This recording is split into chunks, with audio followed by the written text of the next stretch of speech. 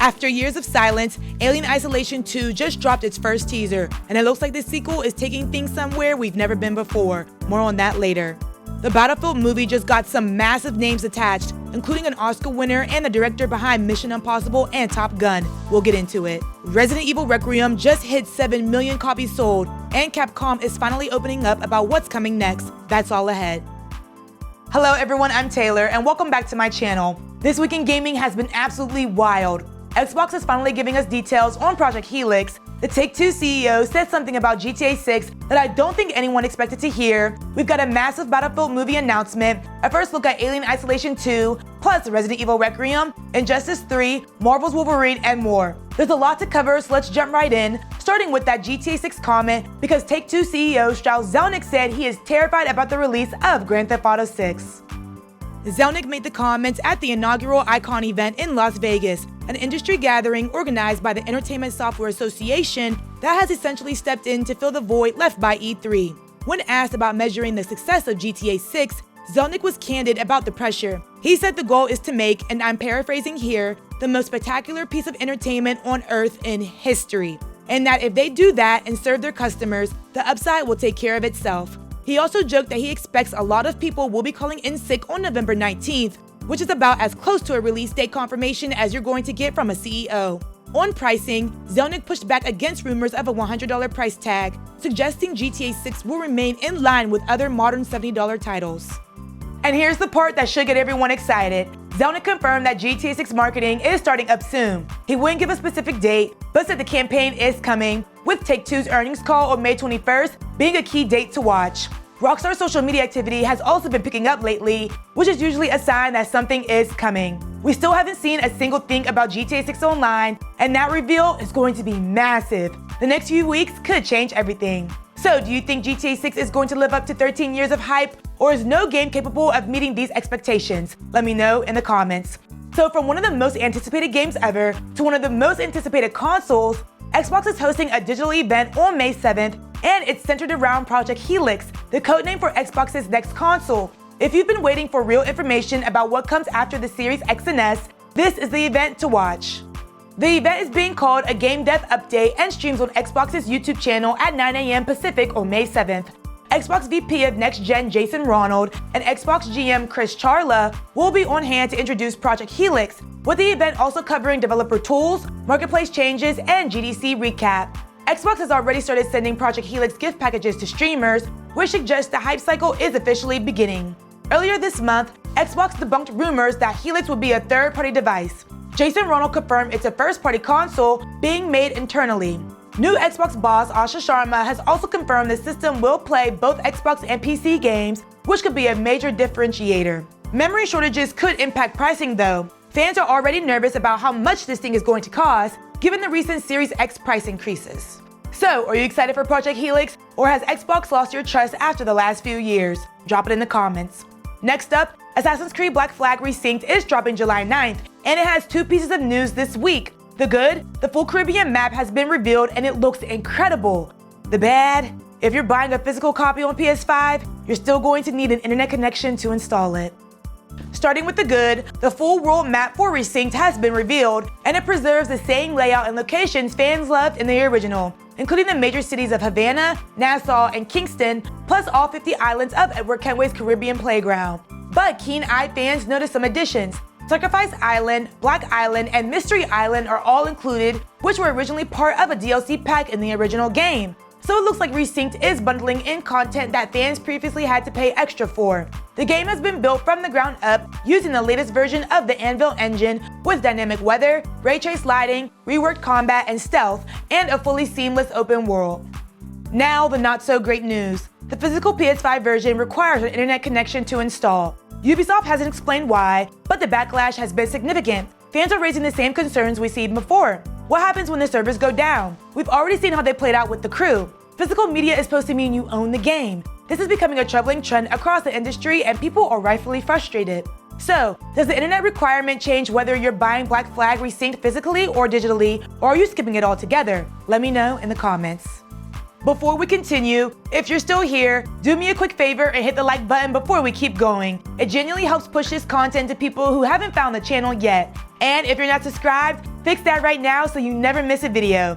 Now, speaking of things worth celebrating, Resident Evil Requiem just hit 7 million copies sold in 2 months, making it the best launch in the franchise's history, selling twice as fast as the RE4 remake. And now, Capcom is finally talking about what comes next.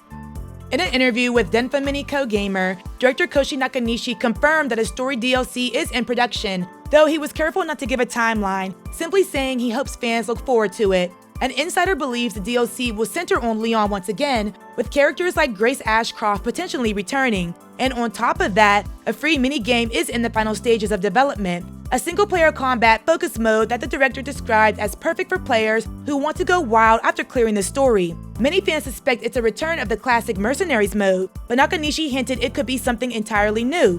And for anyone still obsessing over Leon's wedding ring, the director confirmed the mystery isn't being solved anytime soon. So, have you played Resident Evil Requiem yet? And what do you want to see in the story DLC? Drop it in the comments. So staying in the world of horror, one of the scariest games ever made is finally getting a sequel, and we just got our first look at it. Creative Assembly just dropped the first teaser trailer for Alien Isolation 2, and after years of silence following the confirmation that a sequel was in development, horror fans are finally getting something that they can sink their teeth into. The teaser is short but revealing. Where the original game kept players trapped inside the Sevastopol space station, the sequel's teaser shows a security door opening up to rain, suggesting the sequel could take players outside for the first time, possibly to an abandoned colony. An emergency call station, used as save points in the first game, appears to be outside in the rain, which supports that theory. Publisher Sega included a coming soon link under the original post, so more information is on the way. The original Alien Isolation is widely considered one of the scariest games ever made. If this sequel can build up on that foundation, this is going to be a big deal. So, are you hyped for Alien Isolation 2, or have you never played the first one? Let me know in the comments. Now, a Battlefield movie is in the works, and the names attached to it are amazing. Oscar winner Michael B. Jordan is set to produce and potentially star, and Christopher McQuarrie, the director behind Mission Impossible, Fallout, and Top Gun Maverick, is writing, directing, and producing. EA is also on board as a producer. As of now, the movie hasn't been sold to a studio yet, but major players like Apple and Sony have already been pitched, with more studios being brought in. The parties involved are pushing for a theatrical release, which rules out major streaming platforms. The price tag is expected to be high. Jordan is one of the most in-demand actors in Hollywood right now, off the back of his Oscar win for Sinners, and McQuarrie has a track record of massive box office success.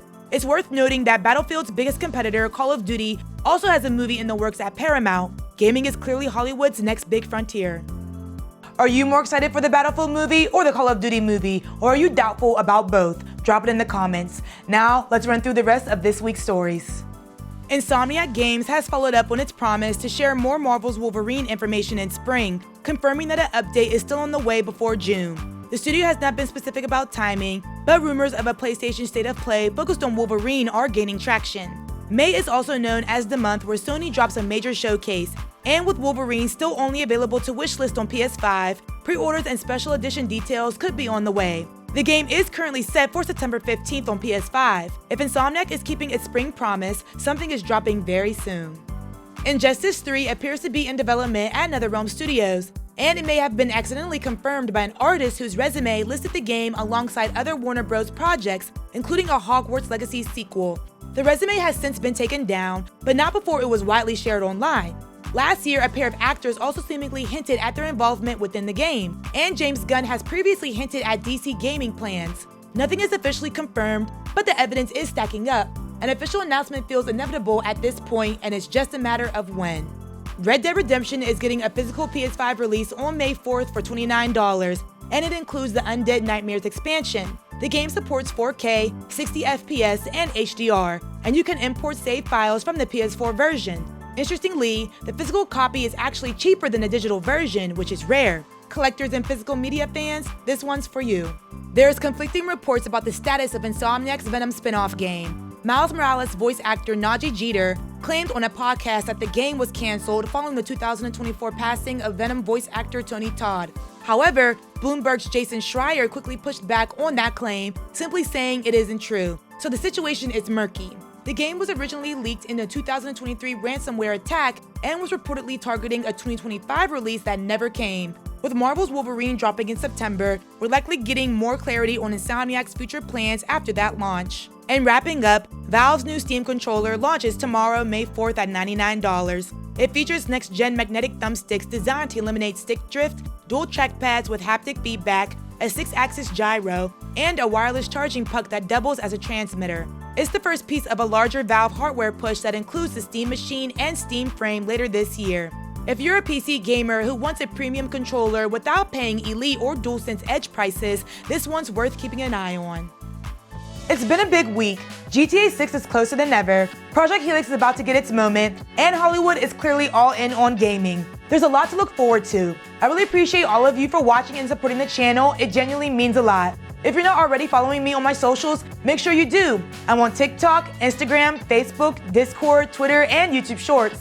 I post news clips, updates, and extra content throughout the week that doesn't always make it into these videos. And if anything breaks before the next video, I'll have it on those platforms. Subscribe here on YouTube so you don't miss my next video. Thank you for watching, and I'll catch you in the next one. Goodbye.